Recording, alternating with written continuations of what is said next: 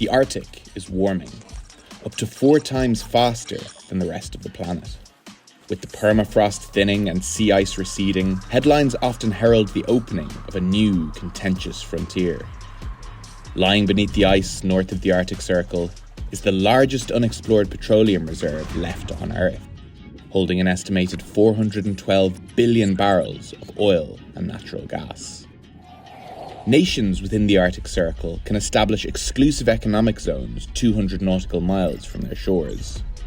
These zones, that allow for the extraction of hydrocarbons, can be extended if it can be proved that their land masses extend into the sea.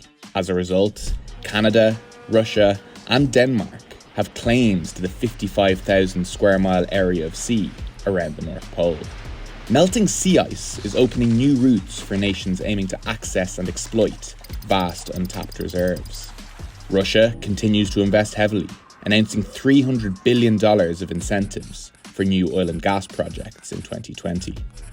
Norway is allowing fossil fuel exploration, as well as issuing licenses for drilling and deep-sea mining for minerals. In March 2023, the US authorized an $8 billion oil project in Alaska, despite President Biden cancelling numerous exploration projects and legal objections from some indigenous groups. Even countries outside the region are looking north, with China investing more than $90 billion in infrastructure and assets. But drilling in the Arctic comes with complications beyond geopolitics. Harsh conditions make drilling notoriously difficult, prolonged, and expensive. For most projects to break even, volatile oil prices would need to stay between $63 and $84 per barrel, and offshore projects starting now might not come online until 2050.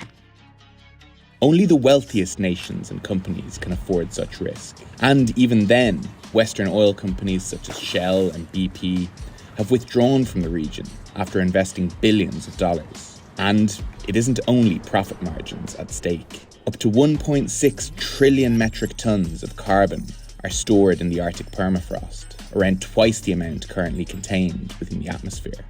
It means that any extension of oil and gas exploration into this final frontier could add a surge of emissions to greenhouse gases at around the same time as the world is aiming to hit its net zero target.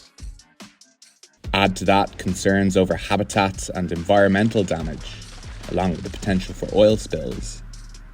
And for many, exploiting the Arctic's rich energy resources is a truly unpalatable proposition.